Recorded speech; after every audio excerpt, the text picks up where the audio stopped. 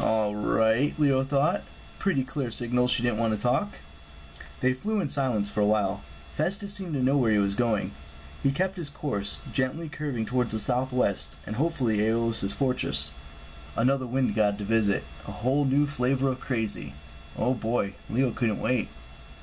He'd had way too much on his mind to sleep, but now that he was out of danger, his body had different ideas. His energy level was crashing.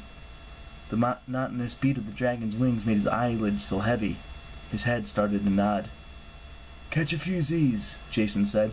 "It's cool. Hand me the reins." "Nah, I'm okay." "Leo," Jason said, "you're not a machine. Besides, I'm the only one who can see the vapor trail. I'll make sure we stay on course." Leo's eyes started to close on their own. "Alright, maybe just..." He didn't finish the sentence before slumping forward against the dragon's warm neck. In his dream, he heard a voice full of static, like a bad AM radio. "Hello, is this thing working?" Leo's vision came into focus, sort of. Everything was hazy and gray, with bands of interference running across his sight. He never dreamed with a bad connection before. He seemed to be in a workshop. Out of the corners of his eyes, he saw benches, metal lathes, and tool cages. A forge glowed cheerily against one wall. It wasn't the camp forge, too big.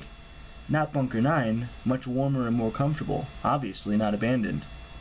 Then Leo realized something was blocking the middle of his view. Something large and fuzzy, and so close Leo had to cross his eyes to see it properly. It was a large, ugly face. "Holy Mother!" he yelped. The face backed away and came into focus. Staring down at him was a bearded man in grimy blue overalls. His face was lumpy and covered with welts, as if he'd been bitten by a million bees, or dragged across gravel. Possibly both. "Humph!" the man said. "Holy Father, boy! I should think you'd know the difference." Leo blinked. "Avestus?" Being in the presence of his father for the first time, Leo probably should have been speechless, or awestruck or something. But after what he'd been through the last couple of days, with Cyclops and a sorceress, and a face in the potty sludge, all Leo felt was a surge of complete annoyance. "Now you show up?" he demanded. "After 15 years? Great parenting, Furface. Where do you get off sticking your ugly nose into my dreams?" The god raised an eyebrow. A little spark caught fire in his beard. Then he threw back his head and laughed so loudly the tools rattled on the workbenches. "You sound just like your mother," Hephaestus said. "I miss Esperanza."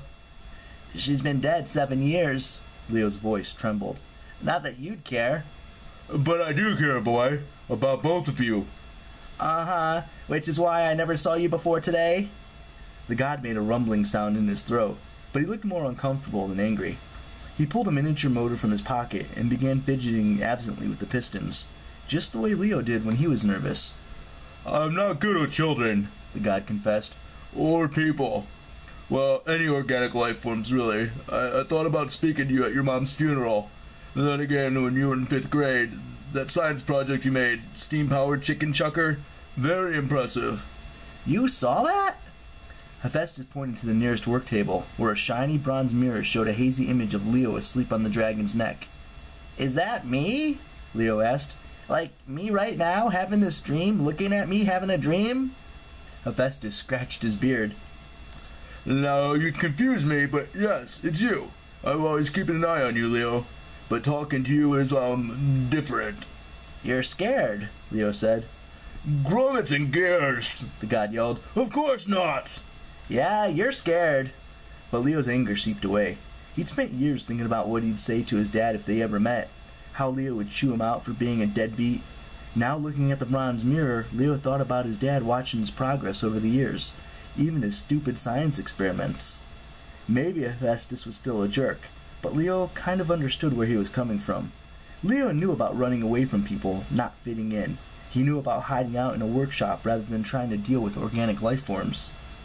"So," Leo grumbled, "you keep track of all your kids? You got like 12 back at camp. How'd you even... Never mind, I don't want to know." Hephaestus might have blushed, but his face was so beat up and red it was hard to tell. "Gods are different from mortals, boy. We can exist in many places at once, wherever people call on us, whenever our sphere of influence is strong. In fact, it's rare our entire essence is ever together in one place, our true form. It's dangerous, powerful enough to destroy any mortal who looks upon us. So, yes, lots of children.